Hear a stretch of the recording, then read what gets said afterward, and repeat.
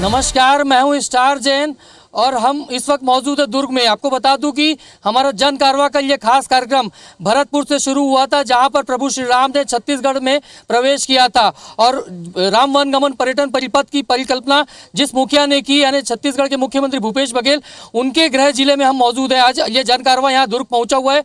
पाटन से वो विधायक हैं और पाटन जो है दुर्ग जिले में आता है। हम अपना कार्यक्रम शुरू करें उसके पहले हम सब मिलकर एक शपथ लेंगे और लोकतंत्र के इस महापर्व को लेकर। तो आइए शपथ लेते हैं। मैं आप सबसे निवेदन करूंगा कि अपनी अपनी जगह पे खड़े हो जाएं और शपथ ले जरूर। मैं जैसा बोलूंगा आपको वैसा दोहराना है शपथ में। मैं स्टार जैन शपथ लेता हूं भारत के लोकतंत्र पर सच्ची निष्ठा और श्रद्धा रखूंगा। मैं देश के जिम्मेदार नागरिक के तौर पर अपने मताधिकार का प्रयोग जरूर करूंगा। चलिए शुरू करते हैं आज के जन कारवां। प्रदेश के मुख्यमंत्री भूपेश बघेल के गृह जिले से, दुर्ग जिले से। दुर्ग आपको बता दूं कि छत्तीसगढ़ में राजनीति का अहम केंद्र रहा है, क्योंकि यहाँ से अविभाजित मध्य प्रदेश के मुख्यमंत्री भी निकले हैं और वर्तमान के मुखिया भी दुर्ग से ही हैं। और दुर्ग ने देश को कई राष्ट्रीय नेतृत्व भी दिया है। शुरुआत करते हैं सबसे पहले, चूंकि यदि हम छत्तीसगढ़ की बात करें, मुख्यमंत्री भूपेश बघेल की बात करें, दुर्ग से आते हैं, तो पहले हम शुरुआत सत्ता पक्ष से ही करते हैं कि वो 4.5 साल उनको मौका मिला, किस प्रकार का विजन रखते हैं। मुकेश चंद्राकर जी हमारे साथ मौजूद हैं। क्या कहेंगे, बताइए। 4.5 साल आप लोगों ने यहाँ काम किया है, किस प्रकार का मौका मिला आप लोग को और आगे क्या कुछ कहेंगे अभी? देखिए, हम लोगों को अभी 4.5 साल हुए हैं कांग्रेस को यहाँ पर, और माननीय मुख्यमंत्री जी को यहाँ पदभार लिए। 4.5 साल में आप 2 साल देखेंगे तो 2 साल सिर्फ कोरोना काल में निकल गया है, 2.5 साल बचते हैं। 2.5 साल में उन्होंने छत्तीसगढ़ की दिशा जिस तरीके से उन्होंने दिया है, जिस तरीके से यहाँ के संस्कृति को, यहाँ के खान पान से लेकर सारी चीज़ों को जो उन्होंने आगे किया है, वो जो है पिछले 15 साल में भी आपको देखने को नहीं मिला है। आपकी जो फ्लैगशिप योजनाएं थी उनको लेकर बात करें, थोड़ा जोर से बोलिएगा। तो कौन सी योजनाएं हैं जिस पर आप सोचते हैं कि उस योजना पे इस क्षेत्र में बहुत बेहतर काम हुआ है? देखिए, वैसे तो यहाँ पर इतनी सैकड़ों योजनाएं हैं कि आपको नाम लेना भी कम हो जाएगा और एकाएक जो है आपको कोई भी नाम याद नहीं आएगा। लेकिन फिर भी मैं बोल देता हूँ कि आपके जो लोकल संस्कृति को जो उन्होंने बढ़ाया है, उन्होंने जो गोधन न्याय योजना को बढ़ाया है, उन्होंने धर्म राम पथवन गमन के बारे में जिन्होंने पूरी लाइन ये की है, ये सब चीज़ जो है ये मुख्य रूप से मैं आपको बताता हूँ। इसके अलावा सारी की सारी जो ज़मीनी स्तर पे जितनी योजनाएं हैं उन्होंने सारी यहाँ पर चलिए, सत्ता पक्ष का हमने जवाब सुना, अब इसका एक बार विपक्ष से भी जवाब ले लेते हैं। रिकेश सेन जी भी हमारे साथ मौजूद हैं यहाँ पर। तमाम लोग यहाँ बीजेपी से भी मौजूद हैं। क्या कहेंगे, बताइए। 15 साल आप लोग का शासन रहा, 4.5 साल कांग्रेस का राज रहा, अभी क्या कहेंगे आप? देखिए भाई साहब, जिस प्रकार से अभी जिलाध्यक्ष जी ने कहा, अभी 4 दिन पहले इनके यहाँ संभागीय सम्मेलन हुआ। उस संभागीय सम्मेलन में कांग्रेस के प्रदेश अध्यक्ष जी ने कहा अपने कांग्रेस के कार्यकर्ताओं को कि माननीय भूपेश बघेल जी की 10 योजनाओं के नाम बताओ, राज्य शासन के 10 योजनाओं का नाम बताओ, मैं 500 रुपये का इनाम दूंगा।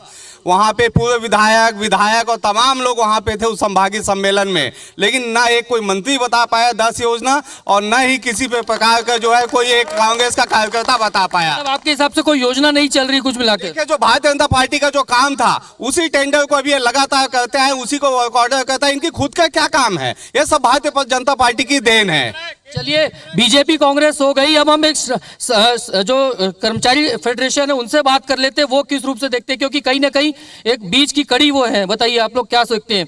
आपने बीजेपी का भी शासन देखा, कांग्रेस का भी शासन देखा, क्या आप लोग को लगता है आपकी मांगे कितनी पूरी हो पाई, क्षेत्र का विकास कितना पूरा हो पाया? हमारा इस बारे में बहुत कहना साफ है। प्रदेश के कर्मचारी कार्य काम करते हैं और सरकार का नाम होता है। हम कोई मांग नहीं करते, हमारा सिर्फ इतना कहना रहता है कि जो केंद्र सरकार में समय समय पर HRA DA स्वीकृत होता है, वैसे स्वीकृत राज्य में होना चाहिए और अब तक होते आया है। और हम इस बात के लिए हम लोग हड़ताल पे भी जाते हैं जब अपने बातों को मनमाना रहता है, जब सरकार सुनती नहीं है, चाहे वो पूर्ववर्ती सरकार हो या वर्तमान सरकार हो। हम दोनों समय में हम हड़ताल पे गए। विकास की बात कर लें तो क्या लगता है क्षेत्र का किस तरीके से विकास हुआ लगता है आपको? डेवलपमेंट तो मैं जैसा आपको बताया स्टार जी, डेवलपमेंट पूरी तरह से हमारे कर्मचारी करते हैं। पूरे सरकार के जितने प्लानिंग बनता है वो हमारे कर्मचारी अधिकारी ही बना रहे हैं और हम लोग क्षेत्र के विकास में काम कर रहे हैं। जैसा जैसा हमारे पास डिमांड आता है हमारे कर्मचारी उस क्षेत्र में जाके काम करते हैं। जहाँ तक विकास का प्रश्न है, विकास तो सतत प्रक्रिया है। चलिए, विकास सतत प्रक्रिया है। राजेंद्र साहू जी हमारे साथ मौजूद हैं, उनसे बात करते हैं। बताइए, सीएम आपके क्षेत्र के, क्या लगता है कितना विकास यहाँ पर हुआ है? बाकी पूरे छत्तीसगढ़ की तुलना करें और खाली दुर्ग की बात करें। पिछले 4.5 साल में दुर्ग में बहुत विकास हुआ है। सड़कों का, पेयजल व्यवस्था का, शिक्षा के क्षेत्र में स्वामी आत्मानंद स्कूल का, कॉलेज का, सभी क्षेत्रों में विकास हो रहा है। और ये अभी बोल रहे थे ना रिकेश भाई कि 10 योजनाओं का नाम, हम 51 योजनाओं का नाम बता देंगे। जो लेकिन आपके अध्यक्ष तो यहाँ पे बोल रहे हैं कि सैकड़ों योजनाएं चल रही है। लगभग 51 योजनाएं 4.5 साल में नया शुरुआत हुई है। उसके साथ साथ पिछले योजनाओं को देखोगे। और रही बात केंद्र सरकार की योजनाओं का नाम बदलने की बात, क्या राजीव गांधी, क्या किसान न्याय योजना अन्य प्रदेश में चल रही है? क्या गोधन न्याय योजना अन्य प्रदेश में चल रही है? ये बोलते हैं कि भारतीय जनता पार्टी की केंद्र सरकार धान का पैसा दे रहे हैं। अरुण साहू ने कहा है अभी महाराष्ट्र में, गुजरात में, मध्य प्रदेश में, हरियाणा में, असम में इनकी सरकार है, वहाँ क्यों नहीं दे रहे धान का 2500 रुपया? चलिए, सवाल का जवाब ले लेते हैं आपसे। ये जो सवाल उठाया गया है कि आप सिर्फ छत्तीसगढ़ की योजनाओं पे नहीं, बाकी जगह कोई योजनाएं नहीं चल रही, जबकि बाकी जगह बीजेपी की सरकार है, तो फिर सभी जगह केंद्र सरकार की योजनाएं यहाँ पर भी चल रही है। 14वें और 15वें वित्त आयोग की जो राशि है वो गौठान में करोड़ों रुपए डाल दिया गया और सरपंच से पूछे कितना काम हुआ, बोलता हमारे पास कोई रुपया नहीं आया। क्या आपको लगता है कि केंद्र से, सुनिए, क्या केंद्र से कोई योजना मिली जो सिर्फ छत्तीसगढ़ के लिए हो या फिर भिलाई दुर्ग के लिए हो? एक आध योजना का नाम बताइए। योजनाएं जाती हैं पूरे देश में। नहीं, मैं इस क्षेत्र की योजनाओं के लिए जानना चाहूंगा, क्या केंद्र ने कोई योजना दी जो क्षेत्र की हो? केंद्र ने तो हर जगह योजना दी है प्रदेश में, ऐसी कौन सी योजना जो नहीं दी है? चलिए, जनता से बात ले लेते हैं। क्या आप बताइए, क्या लगता है केंद्र की कौन सी योजना आपको लग रहा है यहाँ चल रही है? केंद्र की किसी भी कोई योजना नहीं चल रही है। जैसे अभी महोदय जी ने बताया कि 14वें वित्त और 15वें वित्त का राशि गौठानों में उपयोग हुआ है, ये सरासर गलत है। 14वें वित्त 15वें वित्त में पूरा डिटेल आता है कि किस किस कामों में कितना रुपए खर्चा करना है, जिसमें गौठान का कहीं कोई नामो निशान नहीं है। अब रही बात केंद्र की, एक रेलवे है जो केंद्र सरकार जिसका संचालन करती है। आज 48 घंटे ट्रेन लेट है, ट्रेन रद्द हो रही है, युवा खड़े हैं स्टेशनों में, रातों बच्चों को लेके माए रात भर स्टेशन में सो रही है। लेकिन 11 में से 9 सांसद बीजेपी के हैं, एक सांसद भी जाके रेल मंत्री या प्रधानमंत्री से नहीं पूछा कि ट्रेन। चलिए, देखिए, और भी लोगों से बात करते हैं। मैं यहाँ आप लोग से जानना चाहूंगा, यदि आप इस चुनाव मैदान में उतर रहे हैं, किन मुद्दों को लेके जाएंगे अभी? क्योंकि अब जो पिछला हो गया सो हो गया, लेकिन आने वाला समय विधानसभा चुनाव का है। मुद्दों की बात करें तो आपके पास क्या मुद्दे हैं? हमारे पास बहुत सारे मुद्दे हैं।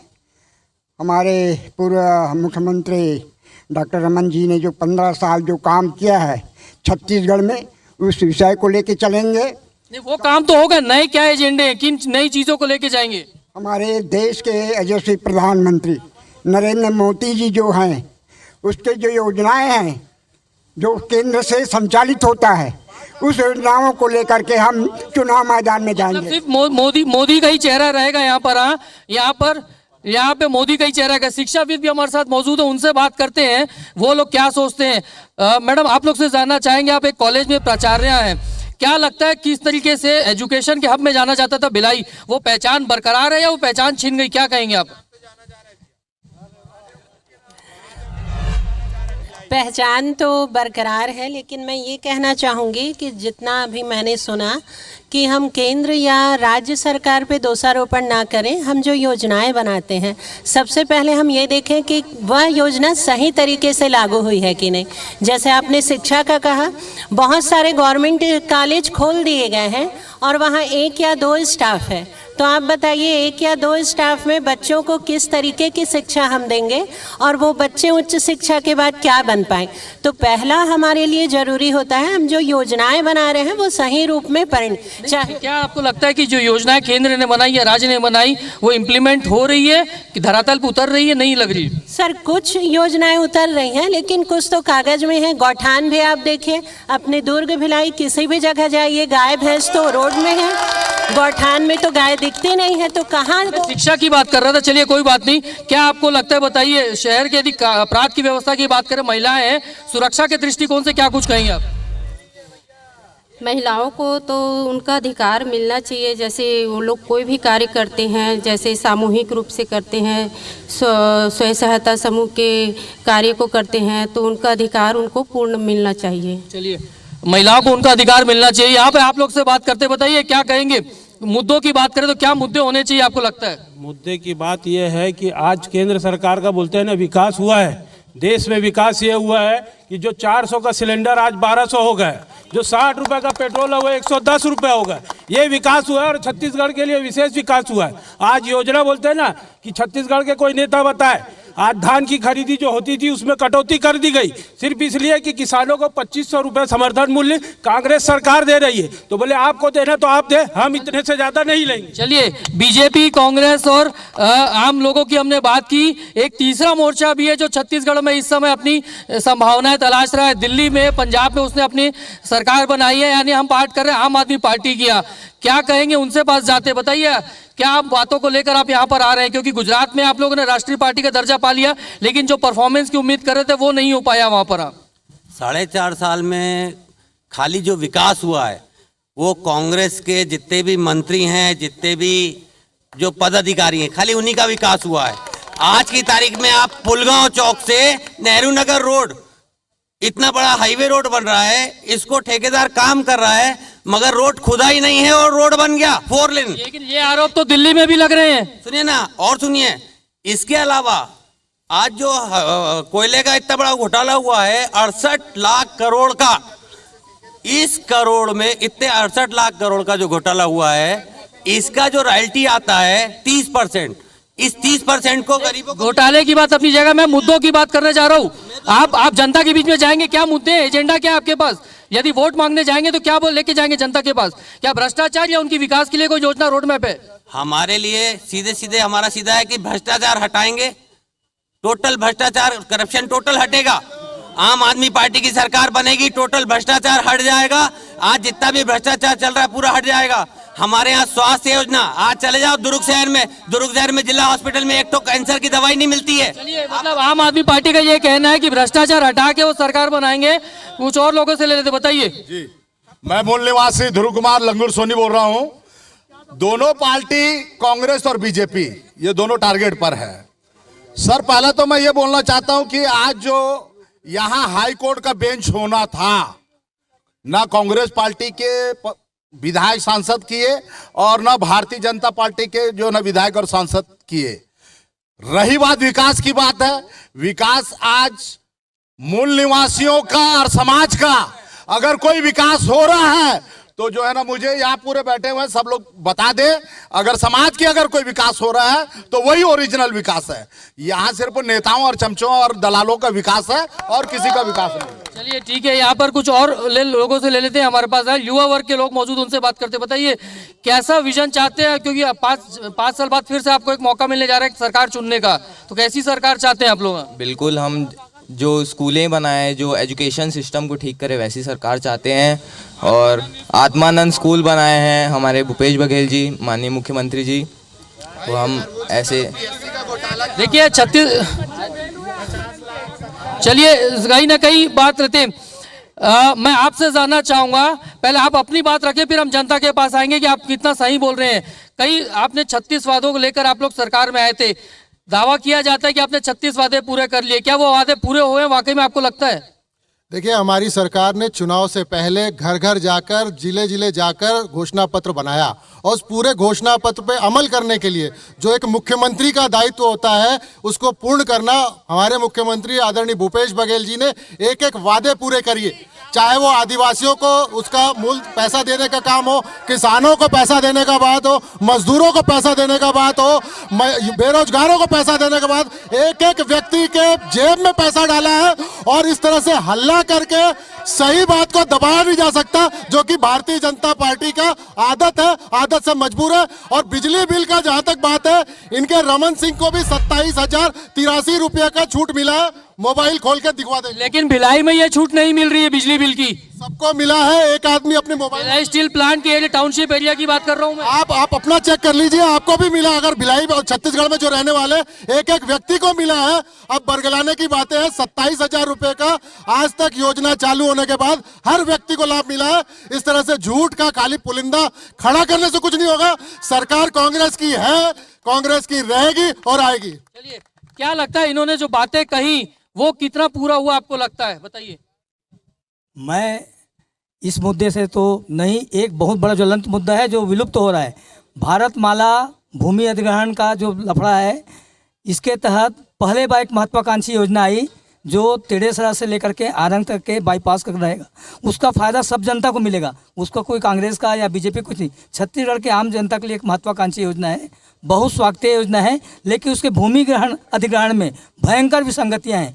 दुर्ग, राजनांदगांव और आरंग, इन तीनों तहसीलों में सरकारी अधिकारियों ने भूमि अधिग्रहण अधिनियम 2013 की धज्जियां उड़ाते हुए किसानों को निरस्त कानून के मेहनत से मुआवजा निर्धारित कर दिया है, और जिसके कारण 140 रिट अपील अभी हाई कोर्ट में पेंडिंग है। सत्ता पक्ष से इसका जवाब चाहूंगा मैं, ये जो बात कर रहे हैं, क्योंकि भारतमाला परियोजना अभी आई है और अधिकारियों पर आरोप लगा रही है, केंद्र की योजना है। लेकिन देखिए, भारतमाला प्रोजेक्ट में मैं आदरणीय रमन सिंह के जो वहां पे रिश्तेदार हैं खैरागढ़ में, विक्रांत सिंह जी के ही उदाहरण देता हूं। उन्होंने ताकत से इस तरह के जितने अधिग्रहण में मुआवजा लिया, अधिग्रहण किया, अपनी जमीनें खरीदी, गरीबों से दबाव में खरीदा, और वो 2 नंबर का काम कर रहे हैं। इसका मतलब ये है कि जो पुरानी सरकार की आदतें गई नहीं है, वो उस केंद्र का दबाव डलवाते हैं। चलिए, महिलाएं मौजूद है, उनसे बात करते हैं, उनके मुद्दे क्या रहने वाले इस बार विधानसभा चुनाव में। थोड़ा सा आप लोग से निवेदन चाहूंगा। जी बताइए, क्या आप लोग चाहते सोचते हैं किस तरीके का डेवलपमेंट हो रहा है? और थोड़ा खड़े हो जाएंगे प्लीज। पहले तो 2000 का जो खड़े हो जाएंगे थोड़ा प्लीज। 2000 करोड़ का जो घोटाला हुआ, उसका क्या? शराबबंदी के लिए घोषणा की गई थी, वो क्या हुआ? उसका क्या हुआ? सबसे पहले तो वो उसका जवाब दे, उसके बाद ही पता चलेगा कि और आगे की क्या योजना है। पहले तो इसी का जवाब हमें दे। 2000 करोड़, बताइए आप क्या कहेंगे? मैं बिल्कुल सहमत हूँ। और महिला सुरक्षा का भी आप देख ही रहे हैं, छोटी छोटी बच्चों का बलात्कार हो रहा है भैया, महिला बिल्कुल सुरक्षित नहीं है यहाँ पर। चलिए, यहाँ पर मुद्दों की बात होती है, कुछ और लोगों के पास जाते हैं, इधर हम आएंगे। यहाँ क्या लगता है आप लोग को, बताइए किस प्रकार से क्षेत्र का डेवलपमेंट हो रहा है? 15-20 साल छत्तीसगढ़ को 23 साल होने जा रहा है। कांग्रेस की सरकार भी रही, बीजेपी की सरकार भी रही, आप बीजेपी से दोबारा सत्ता में आना चाह रहे हो, तो किस प्रकार के रोड मैप लेके आ रहे हैं जनता के बीच में, ये बताएं थोड़ा सी। 15 साल में डॉक्टर रमन सिंह ने जो काम किए हैं, हर वर्ग के लिए काम किया है। वही काम फिर से होंगे 15 साल में, या नया कुछ काम है? नया काम भी वही तो जानना चाह रही जनता, क्या नया काम भी करेंगे। हम अपना युवकों के लिए काम करेंगे, महिलाओं के लिए काम करेंगे, इंडस्ट्री के काम करेंगे, मजदूरों के लिए काम करेंगे, और पहले भी किया है, आगे भी करेंगे। माननीय मोदी जी के माध्यम से 9 वर्षों में जितने काम हुए हैं, वो सारे के सारे काम जन कल्याण का काम है। चाहे वो जनधन योजना का मामला हो, चाहे स्वच्छ जल का मामला हो, चाहे उज्ज्वला योजना का मामला हो, सारे के सारे काम हमने अपना मोदी के माध्यम से कल्याण। चलिए, मोदी का फैक्टरी यहाँ पर है, क्या लेंगे बताइए आप लोग। एक एक करके पूरे राज्य मुक्त होते जा रहे हैं, भाजपा से काम कर रही है सिर्फ कांग्रेस पार्टी। इस बात को याद रख लीजिए, आज पूरे राज्य नहीं पूरे देश में छत्तीसगढ़ प्रदेश का नाम है। माननीय भूपेश बघेल जी ऐसे जबरदस्त काम कर रहे हैं कि उनका डंका पूरे देश में बज रहा है, और उनके बाद और कर्नाटक में भी सरकार बन गई, हिमाचल में भी सरकार। बताइए क्या कहेंगे शॉर्ट में भजन, क्या रहेगा आप लोग के हिसाब से चुनावी माहौल, मुद्दे क्या रहेंगे आपके? चुनावी मुद्दे तो बहुत कुछ रहेंगे। मेन है सबसे पहले हमारे शहर में जो मूलभूत समस्याएं हैं, पेयजल समस्या, जिस पर हर पार्टी ये कहती है कि हम 24 घंटे पानी देंगे, लेकिन क्या वास्तव में यह समस्या हल हुई है? आप सभी जानते हैं कि आज शहर में पेयजल व्यवस्था बनी हुई है, उसके बावजूद भी आज हमारे सभी नेता, चाहे वो भाजपा के हो चाहे वे कांग्रेस के हो, इस ओर ध्यान नहीं देते हैं। ये अनिवार्य समस्या है। इसी प्रकार आप देख रहे हैं सब जगह खंबे तो लगे हैं, लेकिन नगर निगम में आज भी लाइट की व्यवस्था नहीं हुई है। तो ये सब जरूरी है। अगर शहर के विधायक को इस ओर ध्यान देना चाहिए कि मूलभूत समस्याएं पहले है। चलिए, मूलभूत समस्याएं पहले होनी चाहिए। क्या लगता है आपको, एजेंडा क्या रहेगा नवंबर में चुनाव होने जा रहे हैं उसको लेकर? एजेंडा जो भी हो, अंदाजा आप इसी से लगा लीजिए। अगर सरकार विकास की रहती तो यहाँ वहाँ दुर्ग शहर के विधायक और महापौर छुपते नहीं, सामना करते आपका। कैमरे का सामना करने की स्थिति में नहीं है आज वो, क्योंकि उनको पता है कि कुछ किया ही नहीं तो जवाब क्या देंगे। घरों में पूरे हर शहर, यहाँ पे तो लोकसभा के सांसद भी मौजूद नहीं है, फिर यहाँ पर आप बात करेंगे तो, लेकिन वो उनको भी हमने निमंत्रण दिया था, वो भी नहीं है। उसका क्या जवाब है आपके पास? आप राज्य सरकार की जिम्मेदारी होती है कि सांसद की जिम्मेदारी होती है? बस आप तो लेकिन मोदी का चेहरा लेके विधानसभा में जा रहे हैं। फिर आपसे तभी हमने नहीं कहा कि उसका चेहरा लेके जा रहे हैं। अब बात तो योजनाएं तो यही बात कर रहे हैं आपकी, मोदी की योजना है 9 साल की। बताइए। ऐसा बिल्कुल नहीं है, हम अपना चेहरा लेके। तो कौन होगा चेहरा, चलिए बताइए आप। छत्तीसगढ़ से बीजेपी का चेहरा कौन होगा ये बताइए। हम भारतीय जनता पार्टी का चेहरा, हर भारतीय जनता पार्टी का एक एक कार्यकर्ता का चेहरा, कोई हम किसी का चेहरा नहीं। हर एक भारतीय जनता पार्टी का कार्यकर्ता सक्षम है अपना चेहरा ले जाके सामने खड़े होने के लिए। चलिए, बीजेपी का इनका दावा है कि कार्यकर्ताओं की एक पार्टी है और हर पार्टी का इनका कार्यकर्ता एक चेहरा है। पार्टी का आलाकमान जिसे मौका देगा हर कोई यहाँ पे चेहरा बन सकता है। आम पब्लिक से पीछे बातचीत करते हैं जो धूप में काफी देर से खड़े हैं। बताइए, हम बीजेपी कांग्रेस की बात नहीं करेंगे, आम आदमी पार्टी की भी बात नहीं करेंगे। आप एक जागरूक मतदाता है, क्या कहेंगे शहर के विकास के लिए किस प्रकार का ऐसी कौन सी मूलभूत आवश्यकता है जिस पर फोकस होना है जो 23 साल में नहीं हुआ है अभी तक? जब से कांग्रेस की गवर्नमेंट आई है और माननीय विधायक अरुण बोरा जी ने दुर्ग की, मैंने सवाल किया कि की गंगा बता रहा हूं, आपको आवश्यकता क्या है, उस पे जानना चाह रहा हूँ। क्या आवश्यकता है? आवश्यकता तो जितनी है वो बहुत कुछ कंप्लीट भी हो चुकी है। माननीय विधायक अरुण बोरा जी ने बहुत सारी समस्याओं का समाधान भी कर दिया है और जनता इनसे इतनी खुश है कि हर समय इनका साथ देती है। जनता खुश है। आपसे जानना चाहेंगे, क्या कहेंगे मतदाता के तौर पर, आप युवा हैं, विकास के लिए बात करें, छत्तीसगढ़ की बात करें, रायपुर दुर्ग की बात कर लें, तो कौन सा ऐसा फैक्टर है जिस पे फोकस करना बहुत जरूरी है? दुर्ग में अरुण बोरा जी ने आत्मानंद स्कूल जो बनवाई और भूपेश बघेल ने जो बेरोजगारी भत्ता दिया 2500 रुपए प्रति माह, और बेरोजगारी भत्ता के साथ साथ रोजगार के जो अवसर पैदा किए हैं, वो भूपेश बघेल की बहुत बड़ी योजना है और युवाओं के लिए है।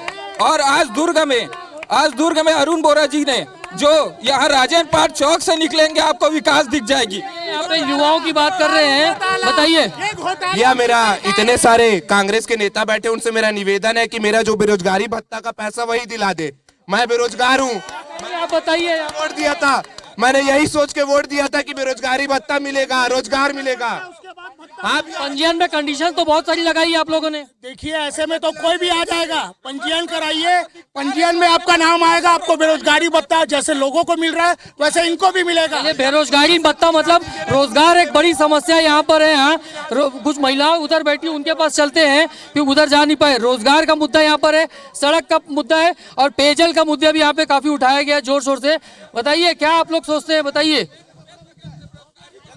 सबसे पहली बात तो जितने योजनाएं हैं सब कुछ हवा में है। कोई चीज़ यदि इम्प्लीमेंट हुआ भी है उसका फायदा साधारण व्यक्ति तक नहीं पहुंचा। केंद्र की राज्य की? राज्य की। और केंद्र की योजनाओं को फायदा मिल रहा है? सीधी सी बात है, हमने गैस ये किया हुआ है, गोबर तो नहीं बेच के कर रहे हैं। सीधी सी बात है कि 2 रुपए की 3 रुपए किलो ये कर दिए, समझ रहे हैं आप। कल चूल्हा चौका जो भी जलता था धुएं में महिलाएं ये होती थी, उसके बजाय ये तो है कि आपको जितने में मिल रहा है आप गैस और 1 लाइटर में ये हो जा रहा है, धुएं में नहीं जा रही है महिला। ये अपनी अपनी बातें रख रही है यहाँ पर। क्या कहेंगे बताइए आप, मतदाता के तौर पर बात करें, एजेंडा क्या होना चाहिए? क्योंकि दुर्ग ने कई बड़े नेताएं दिए हैं, लेकिन क्या आपको लगता है कि उसका फायदा मिला है दुर्ग को, कि छत्तीसगढ़ के दूसरे हिस्से फायदा लेके जा रहे हैं? दुर्ग को तो कोई फायदा नहीं मिला है। आप देख लीजिए, पूरे शहर में धूल का गुबार फैला हुआ है। जेल चौक से लेकर पटेल चौक तक चले जाइए, पूरे पेड़ खत्म हो गए हैं। कहाँ झाड़ बचे हैं, कहाँ विकास हुआ है? बताइए, क्या कहेंगे? मैं भाइयों से पूछना चाह रहा हूं कि प्रधानमंत्री आवास योजना के माध्यम से 16,422 मकान छत्तीसगढ़ में मिलना था, लेकिन 3.5 लाख मकान माननीय भूपेश बघेल जी ने लिया है। गरीबों को क्या होगा? 11.5 लाख मकान गरीबों का छीन लिया गया है, उसके लिए जवाब दें। आगे क्या, तो जनता के बीच में किन बातों को लेकर जा रहे हैं आप लोग? आवाज बहुत बड़ा मुद्दा है। 11.5 लाख गरीबों का मकान इन्होंने छीना है, उसका जवाब देना। भाई साहब, अहिवारा में हम लोग तो बुजुर्ग को खोज रहे हैं, वो विधायक जी है कहाँ, वो देखने के लिए हम लोग को तरस गए वहाँ की जनता। विधायक को लेकर यहाँ घूम रहे, बताइए क्या कहेंगे आप? क्या विकास का रोड मैप आप लोग लेके चल रहे, एजेंडा क्या होगा लगता है आपको? देखिए, यहाँ अमृत मिशन का पैसा सरकार के द्वारा आया, अमृत मिशन का पैसा खा गया। जब इन्होंने क्या किया, वो हाथ में गंगा जल लेके वादा किया कि पूर्ण शराबबंदी करूंगा करके, उसके बाद बोलता है कि जब पूर्ण शराबबंदी करेंगे तो गलत शराब पी के, जहरीला शराब पी के। बताइए। आज हम इस मुद्दों पर लेकर जाएगा। आज जब से 4.5 साल हुआ है के आज राज्य में बैठे हमारे क्षेत्र के विधायक है, मैं ओकर से पूछना चाहता हूँ, आज 4.5 साल हो गए, कहाँ गए वादा? महिला बहनी मन से वादा करे रहे ना कि वादे का जवाब लिया जाता है यहाँ पर, वादे यहाँ पे किए गए, क्या हुआ उन वादे का? आप लोग दावा कर रहे हैं कि लगभग सारे वादे आप लोगों ने पूरे कर लिए, लेकिन कुछ महिलाएं हैं, कुछ और लोग हैं कि जो नाराज हैं कि वादे का उनका पूरा हक नहीं मिला अभी तक। हम लोग तो सभी वादे पूरे कर चुके हैं लगभग। जैसे अभी माननीय सम्मानीय अपने जिला अध्यक्ष भिलाई बोल रहे थे कि उन्होंने उज्ज्वला योजना लाया, यहाँ पे सारी महिलाएं बैठी हुई है, उनसे पूछ लो 500 का सिलेंडर को 1100 में लाए। सारी ट्रेनें बंद हो चुकी है, सारी ट्रेनें लेट हो चुकी है, हवाई जहाज का किराया बढ़ चुका है, इस पे ये कुछ नहीं बोल रहे हैं। सांसद जी भी यहाँ नहीं आए, इस पे कुछ नहीं बोल रहे हैं। इनको तो सिर्फ ये बोलना है कि जो सिर्फ सांप्रदायिकता के नाम पे ही बातें करते हैं। इनके पास जो एक ग्राम पंचायत में भी चुनाव लड़ना रहता है तो क्या लगता है प्रधानमंत्री मोदी जी को लाते हैं। अरे यहाँ पर तो हमारे पास हर जगह अपने कैंडिडेट है, इनके पास 4 आदमी बता के दिखा दे। चलिए, क्या कहेंगे आप? बताइए। आप तमाम लोगों को सुन रहे हैं, मैं नॉन पॉलिटिकल बात करना चाहूंगा।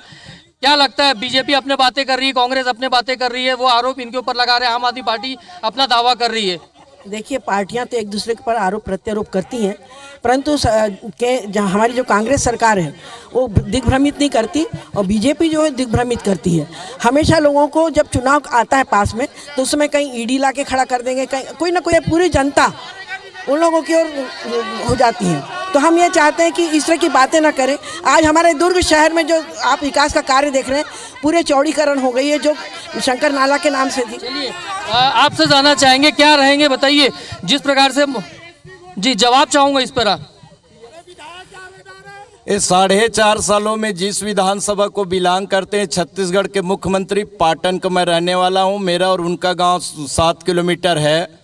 चुनाव पहले इन्होंने मां गंगा को हाथ में लेकर के 36 वादे किए थे। इस मीडिया के माध्यम से भूपेश बघेल जी को मैं पूछना चाहता हूं कि वो अपने विधानसभा में क्या सारे किसानों के कर्ज माफ कर दिए? शराबबंदी हो गया?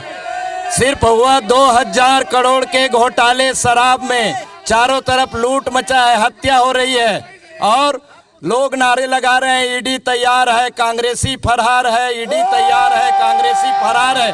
क्या है? छत्तीसगढ़ महतारी को इन लोगों ने चारों हाथों से लूट रहे हैं विकास के नाम पे। मैं पूछता हूं मुख्यमंत्री को कि 4.5 साल में इस अपने विधानसभा पाटन को, ये दुर्ग जो है एक विधानसभा नहीं, जिला मुख्यालय है, संभाग मुख्यालय। बीजेपी कांग्रेस के आरोप प्रत्यारोप हो गए। मैं आपको बता दूं, दुर्ग में एक सबसे बड़ा उसका अर्थव्यवस्था का यदि किसी का योगदान है तो वह लौह नगरी यानी भिलाई इस्पात संयंत्र का। वहां से कर्मचारी नेता भी हमारे साथ मौजूद है, अधिकारी फेडरेशन से। क्या आपको लगता है जो बीएसपी की जो समस्याएं हैं वो सुधर पाई है? बीजेपी का भी राज रहा है यहाँ पर, कांग्रेस का भी राज रहा। टाउनशिप की हम बात करें तो देखिए, बीएसपी की समस्या में तो अभी सुधार नहीं आया है, क्योंकि बीएसपी में लोगों की, जो कर्मचारियों की बहुत सारी डिमांड है, विशेषकर हमारा 39 महीने का एरिया जो अभी तक पूरा नहीं हुआ है। लेकिन जो छत्तीसगढ़ की सबसे बड़ी समस्या अगर आप गिनेंगे तो यहाँ रोजगार और चिकित्सा यहाँ की सबसे बड़ी समस्या है। चिकित्सा की बात आई है, सेक्टर 9 हॉस्पिटल एक समय में पूरे राज्य में नंबर 1 का हॉस्पिटल हुआ करता था, उसकी हालत खराब होते गई। कौन जिम्मेदार है उसके लिए?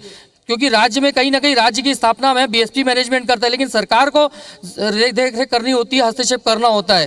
क्या लगता है, बीजेपी की भी गवर्नमेंट रही, 4.5 साल कांग्रेस की भी गवर्नमेंट रही है यहाँ पर? देखिए, सेक्टर 9 अस्पताल की आज स्थिति बहुत बुरी है, वहाँ पे डॉक्टरों की बहुत कमी है। आप विश्वास माने या ना माने, पूरे छत्तीसगढ़ में एम्स भर एकमात्र हॉस्पिटल रह गया है और वो पूरी तरह से ओवरलोडेड होते जा रहा है। और जिस प्रकार से शराब की नदियाँ बह रही है, बहुत जल्दी यहाँ पर किडनी और लीवर का एक अलग से हॉस्पिटल बनाने की आवश्यकता है, ऐसा मैं महसूस करता हूँ। बताइए।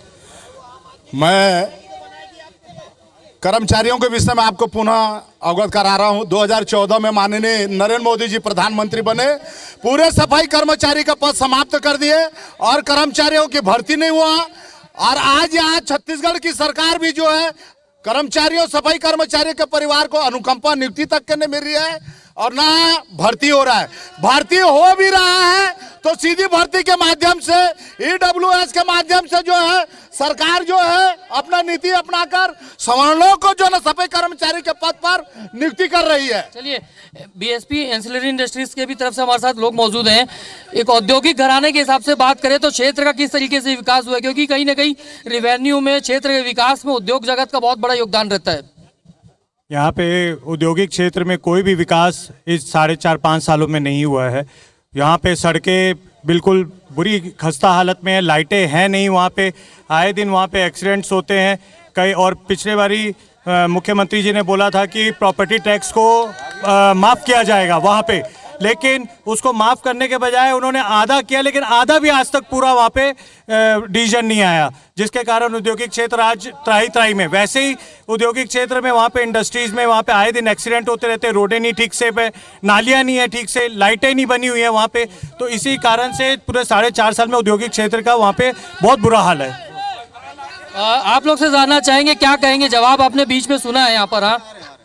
हाँ, देखिए, सबसे पहली चीज़ तो मैं यही कहना चाहूँगी कि भिलाई एक शिक्षाधारी क्षेत्र है और जब सरकार की बात हम करते हैं तो मैं एक महिला होने के नाते मेरी 2 चीज़ें आती हैं। एक तो महिला होने के नाते सबसे पहले हम चाहते हैं कि समाज जो हो नशा मुक्त हो, लेकिन जहाँ शराबबंदी की बात की तो वो तो हुआ नहीं। दूसरी चीज़ युवाओं की हम बात करते हैं, बात हुई, शराबबंदी की बात हुई, क्या आपको लगता है, बताइए?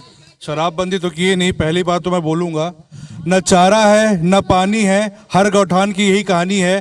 भूपेश बघेल जी की इतनी बड़ी फेलोशिप योजना है, हम गांव-गांव में बोलते हैं कि चारा है, पानी है, गौठान में गाय, कहीं नहीं, कुछ नहीं है, सब अंधा कानून, सब अंधा कानून है। क्या कहेंगे, बताइए आप लोग का क्या एजेंडा लेके जाएंगे जिस प्रकार से कार्यकाल रहा है सरकार का?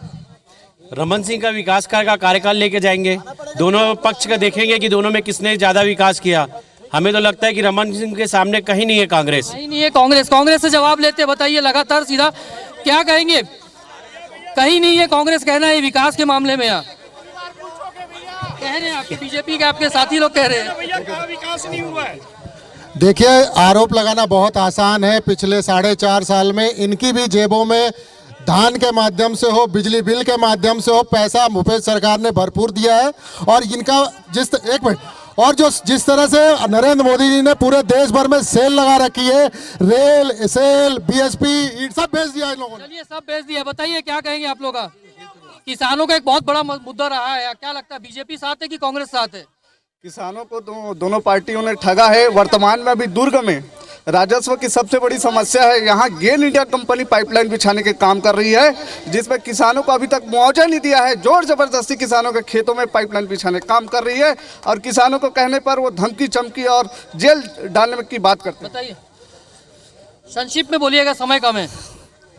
इन लोग बोल रहे हैं कि कुछ नहीं किए हैं, मैं लाइन से बताता हूँ। हमने 10,500 करोड़ रुपए किसानों का कर्जा माफ किया।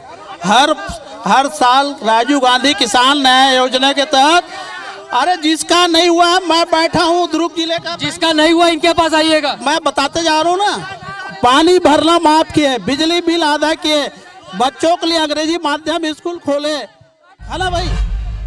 बताइए, संक्षिप्त में बताइए, क्या आपको लगता है और कौन सा आपका ज्यादा विकास किया, बीजेपी कांग्रेस? इसको छोड़िए, बताइए। विकास जो है किसी के बलते नहीं हुआ है। छत्तीसगढ़ के जनता जो है, छत्तीसगढ़ की सभी जनता के आकांक्षाओं का प्रतीक है। देखिए, खुली चुनौती यहाँ पर दे रहे हैं, खुली चुनौती यहाँ पर दे रहे हैं। बताइए, जनता का भरोसा टूटा, जनता का भरोसा टूटा, तोड़ी विश्वास की दीवार। प्रदेश की जनता जान चुकी है भ्रष्ट घोटालेबाज है यह प्रदेश की सरकार। ठीक, बताइए। जी, मैं ये बोलना चाह रही हूँ कि यहाँ पर एक 15 साल की जो बीजेपी का शासनकाल रहा, इनको भरपूर मौका मिला काम करने का। ये भरपूर मौका 15 साल में ये बहुत कुछ था जो जनता के लिए कर सकते थे। लेकिन इन्होंने नहीं किया। एक बहुत शानदार आपको बता रहा हूँ, छत्तीसगढ़ प्रदेश में भूपेश काका बोलते हैं हम छत्तीसगढ़िया का विकास करेंगे। छत्तीसगढ़िया का कैसे विकास होगा? 4.5 साल में 45,000 स्कूल बने हैं, मगर उस स्कूलों में जो फर्नीचर आ रहा है वो मेरठ और नागपुर से बुलाया लिए बाहर से आ रहे, यहाँ पे बात लिए जाती है। और क्या कहेंगे बताइए आप लोग। 15 साल के और 4.5 साल की तुलना में आज हम यहाँ पे बैठे हुए हैं। 15 साल का भी हमने देखा है कि क्या नहीं हुआ। विकास के नाम से कितने घोटाले हुए, चाहे धान के घोटाले हो चाहे कुछ भी घोटाले हो। अगर 15 साल ही अच्छा काम कर दे तो 15 सीट में सिमट नहीं जाते। 4.5 साल में आ रहा हूँ आपका जवाब ले लेंगे। 4.5 साल में महोदय भरोसा और जितने घोषणाएं हुई है सब पूरी हुई है। विकास की बात जहाँ तक है, विकास की बात है, इनकी रोजी भी हम चला रहे हैं। जब से छत्तीसगढ़ का सरकार बैठे हैं, जब से यहाँ का जनता परेशान है, क्योंकि यहाँ कोई कानून व्यवस्था नहीं है। हर महीना लगातार मर्डर होते जा रहे हैं। यहाँ गोली बिक रहा है, यहाँ दारू बिक रहा है, यहाँ गांजा बिक रहा है। छत्तीसगढ़ में कांग्रेस की सरकार बन रही है और 4.5 साल में भाजपा को कोई मुद्दा नहीं है। घोटाले का नया कीर्ति। चलिए देखिए, तमाम लोगों को हमने यहाँ पे सुना। यहाँ पे बीजेपी से लेके कांग्रेस से लेके जो थर्ड फ्रंट छत्तीसगढ़ में अपनी संभावनाएं तलाश रहा है आम आदमी पार्टी, उनको भी हमने सुना। शिक्षाविद से लेके युवाओं से लेके दूसरे वर्गों को भी सुना। जो बात निकल के आ रही है कि भिलाई यानी दुर्ग की बात कर ले, दुर्ग जिले की बात कर ले, तो जो प्रमुख रूप से यहाँ का जो मुद्दा रहा है, एक तो सड़क का मुद्दा रहा है, साथ ही साथ शिक्षा का। कुछ लोगों का ये मानना है कि शिक्षा और सड़क में काफी काम हुआ है, लेकिन बहुत से लोग ये भी मान रहे हैं कि इसमें बहुत सारा काम होना बाकी है। कुल मिलाकर ये है कि आरोप प्रत्यारोप के बीच में लोग यहाँ पर आए हैं और लोगों को उम्मीद है कि जिस प्रकार से ये विकास हो रहा है, आने वाले समय में जबरदस्त मुकाबला दुर्ग जिले में देखने को मिलेगा। जन कारवा के हमारी खास पेशकश में फिलहाल इतना ही। आप देखते रहिए IBC 24।